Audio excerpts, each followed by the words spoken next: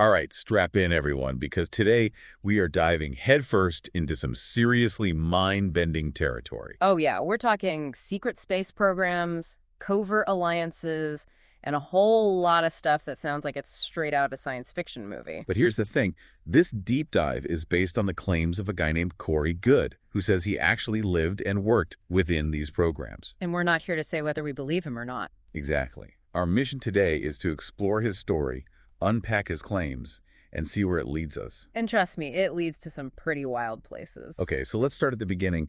Where does Goode's story even begin? Believe it or not, it all starts with history, like way back in the early 1900s with a scientist named Dr. Victor Schauberger. Oh, yeah, I've heard of this guy. He was obsessed with water, right? The natural flow and power of water. Exactly. He was fascinated by how fish could swim upstream effortlessly, seemingly defying gravity. He believed there was some kind of natural anti-gravity force at play, which he called implosion. And this is where the Nazis come in, right? They were always on the lookout for cutting-edge tech, and they saw potential in Schauberger's research. Oh, absolutely. They were all over it. In fact, they basically forced him to work with them. And according to Goode, Schauberger's research might have actually contributed to their development of disc-shaped aircraft. Yeah, potentially even powered by some form of anti-gravity technology. They called it the Bell engine. So we've got ancient knowledge from India, Schauberger's scientific observations, and the Nazis' ambition for power, all converging at this point. It's like a recipe for some seriously groundbreaking and secret technological advancements. But it doesn't stop there. Good throws another group into the mix, the Vril Society. Okay, now we're getting into some really intriguing territory. Who are these guys? Well, they were a secret society, allegedly formed in the late 1800s, and they were interested in some pretty far-out stuff. Like what? Advanced space travel and communication with extraterrestrials. They believed they could channel these beings and access their knowledge. So they were like cosmic spiritualists. Yeah, you could say that. And get this, they reportedly succeeded in making contact. No way. With who? Two distinct groups, actually. The Nordics, often described as benevolent and spiritually advanced beings, and the reptilians. The reptilians. I've heard about them in other UFO lore. They don't have the best reputation, do they? Not really. They're often portrayed as negative or manipulative, seeking to control and exploit other races. So we've got this secret society channeling extraterrestrials, and then we've got the Nazis developing advanced technology. How do these two storylines intersect? Well, according to Good, as the war is turning against them, the Nazis became desperate to survive and continue their space program. So they turned to the Vril Society for help. Not exactly. Good claims they made a deal with the reptilians, a deal that supposedly gave them access to resources and technology that allowed them to establish hidden bases in Antarctica. Antarctica. Are you serious? Yeah, apparently there are massive geothermally heated caverns beneath the ice capable of housing entire operations. And Goode claims he's actually been inside these caverns. That's what he says, flown right under the ice. It sounds pretty incredible, right? Incredible and a little terrifying, to be honest. Hmm. But hold on. This is where the U.S. government enters the picture, right? You got it. Apparently, the U.S. caught wind of this whole Nazi reptilian alliance and decided they couldn't just sit back and let it happen. So they took action. Big time.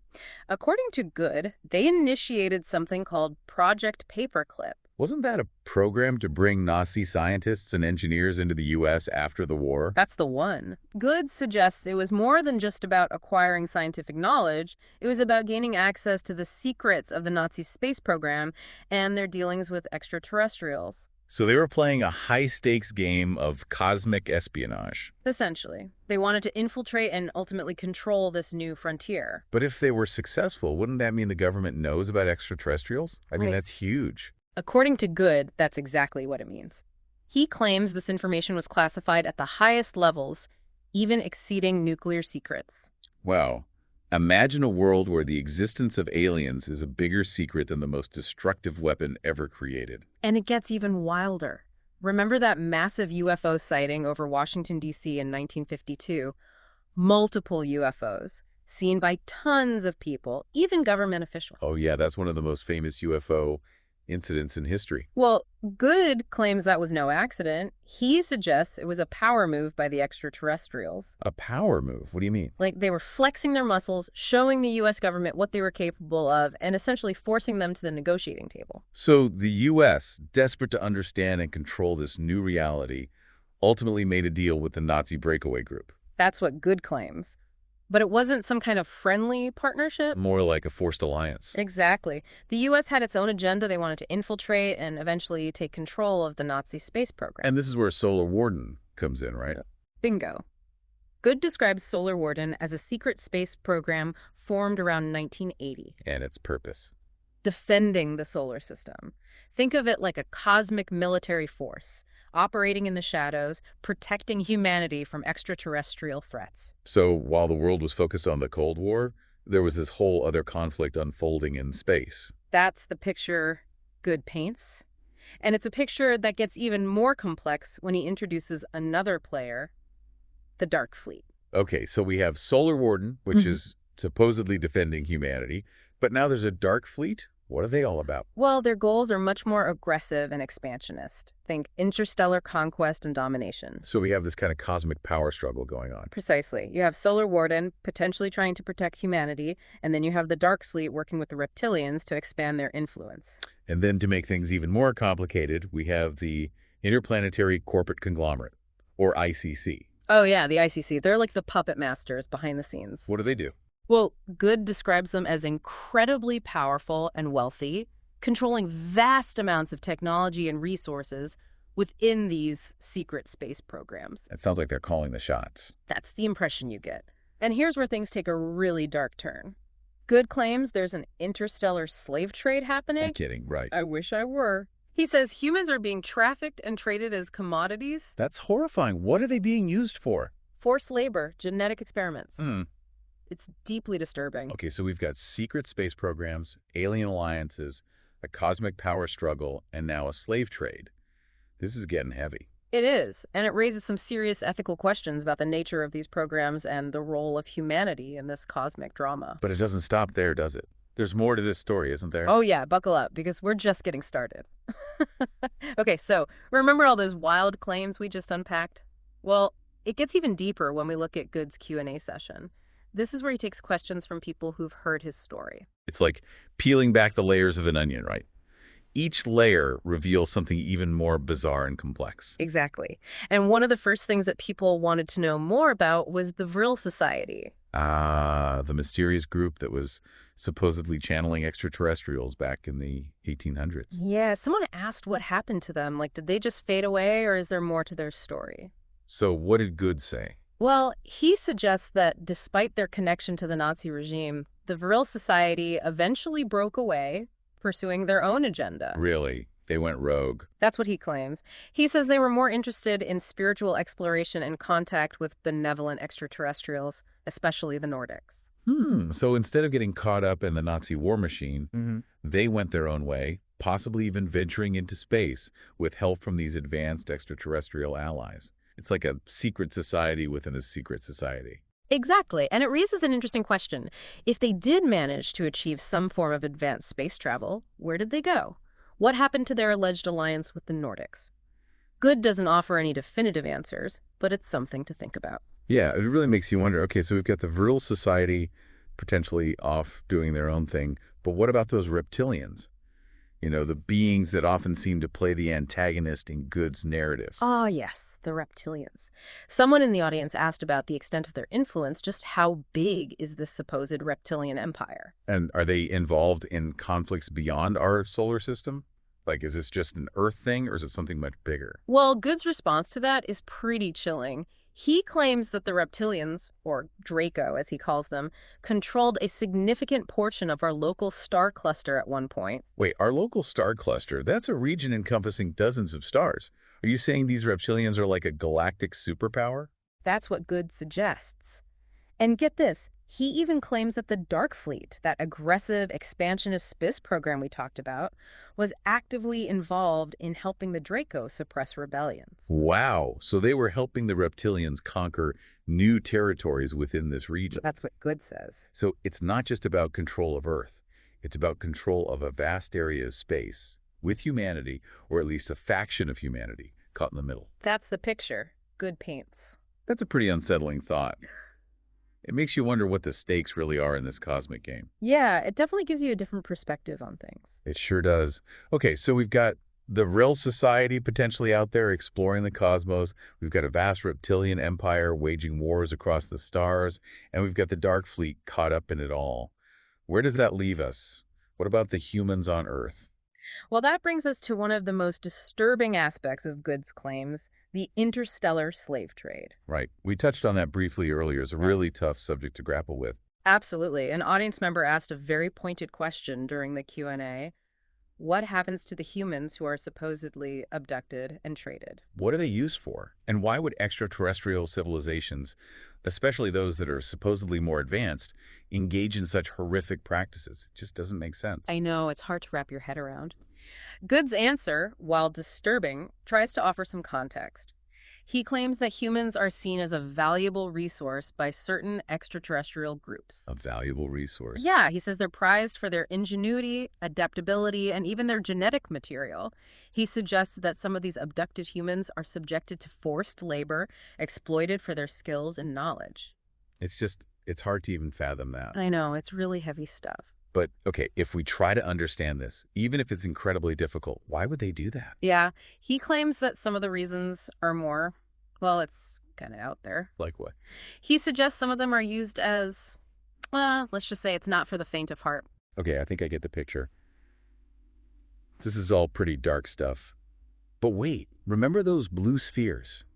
The ones that showed up in our solar system, seemingly out of nowhere. Yeah, the mysterious spheres. Someone in the audience asked about them too. Are they here to help? Are they protecting us from something? I mean, they seem pretty powerful given their size and technology. And this is where Good's account takes a slightly more hopeful turn.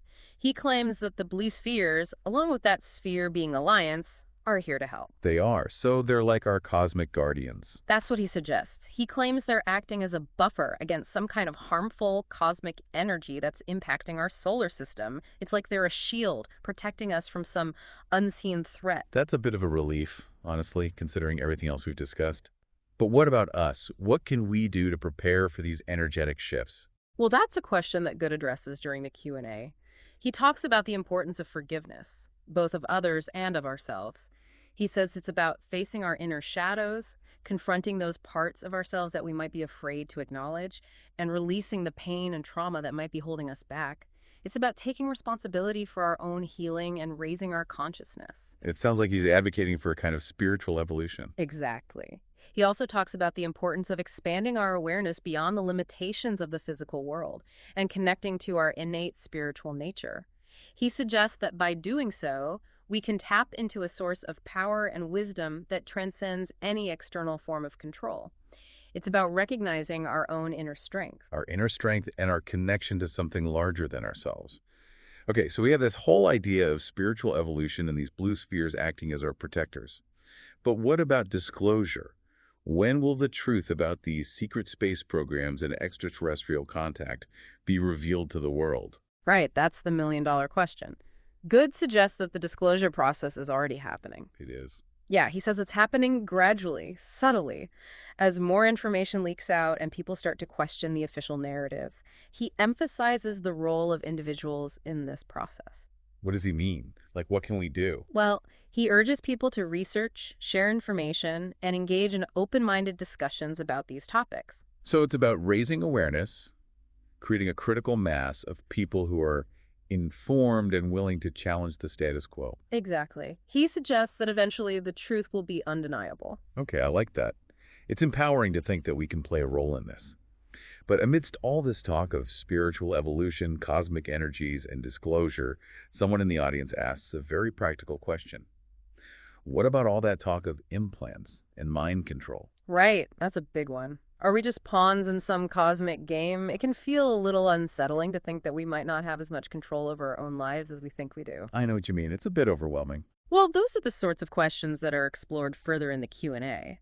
An audience member asks about Good's personal experiences with what he calls entity attachments. Entity attached. Yeah, he describes them as negative energies or beings that can attach themselves to a person. And influence their thoughts and actions. Exactly. And this is where things get really interesting because Good suggests that these entity attachments aren't just some fringe phenomenon. You mean they're more common than we realize? That's what he claims. He says they're a widespread form of control used by those in power to manipulate individuals. To prevent them from reaching their full potential. Exactly. He even goes so far as to say that no one on Earth is completely free from some form of mind control. Wow, that's a pretty bold statement. Yeah. But if that's true, what can we do about it? How can we break free from these influences and regain our autonomy? It feels a bit like we're up against forces that are beyond our comprehension. Well, that's where Good's message takes on a more empowering tone. He says it's all about raising our consciousness. He talks about the importance of raising our vibration, aligning with love and light, and connecting with our higher selves. So it's not just about external forces, it's about our internal state of being. Right. He suggests that by strengthening our connection to our inner light, we can become less susceptible to these negative influences. So we need to focus on our own spiritual growth and evolution. Exactly. It's about recognizing that we are not just physical beings, but multidimensional beings of light. With the capacity to co-create our reality and shape our destiny. That's a powerful message, and it definitely gives us something to work with as we navigate this complex and often confusing world. Okay, so we spent the last couple of deep dives going down the rabbit hole with Corey Good's story. Oh, yeah, it's been a wild ride, that's for sure. Secret space programs, reptilian empires, interstellar slave trade. Yeah. It's enough to make your head spin. And don't forget those blue spheres, still shrouded in mystery. Right, those are a real enigma. But if we take a step back from all the crazy details, what are we left with? What are the big takeaways from Good's claims? Well, one thing that really stands out is the sheer scale of the secrecy he describes. Like, it's not just one or two black budget programs. It's this whole sprawling network of hidden operations. Exactly. He's suggesting that these programs are so compartmentalized that even the people involved often don't know the full picture. So it's like layers upon layers of secrecy, each level hiding something even more mind-boggling. Yeah, it's a bit like an intelligence onion. You peel back one layer, and there's another one underneath, and then another, and who knows how deep it goes. But that raises a big question, doesn't it? If these programs are so secretive, how can we even verify any of this? What kind of evidence is there to support Good's claims? Well, that's the challenge with this kind of information, isn't it? A lot of it relies on personal testimony. And anecdotal evidence, which can be hard to corroborate. Exactly. It's not like we can just go out and take pictures of these secret space bases or get official documents confirming the existence of the reptilian empire. So we're left with a lot of ambiguity. We are. We can't say for sure what's true and what's not. But I think there's still value in exploring these possibilities, even if we can't definitively prove or disprove them. I agree. Engaging with these kinds of narratives, even if they challenge our current understanding of the world, can be a valuable exercise. It makes us question our assumptions, consider alternative explanations for things we might have taken for granted. And maybe even push the boundaries of what we consider possible. Because even if some of Good's claims turn out to be, let's say, embellished, there's still a chance that some of it could be true. And if even a fraction of what he's saying is accurate, it has profound implications for how we view ourselves and our place in the cosmos. Absolutely. Think about it. What if advanced civilizations really have been interacting with us for thousands of years? It would completely rewrite our understanding of history. And what about the ethical dilemmas posed by technologies like age regression, genetic manipulation, and mind control?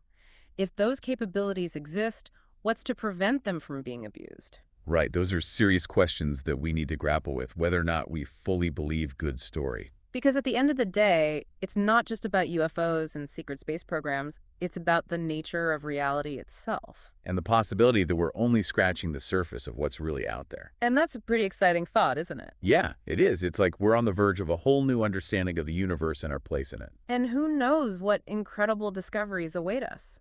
So to everyone listening out there, keep those minds open, keep exploring, and never stop questioning.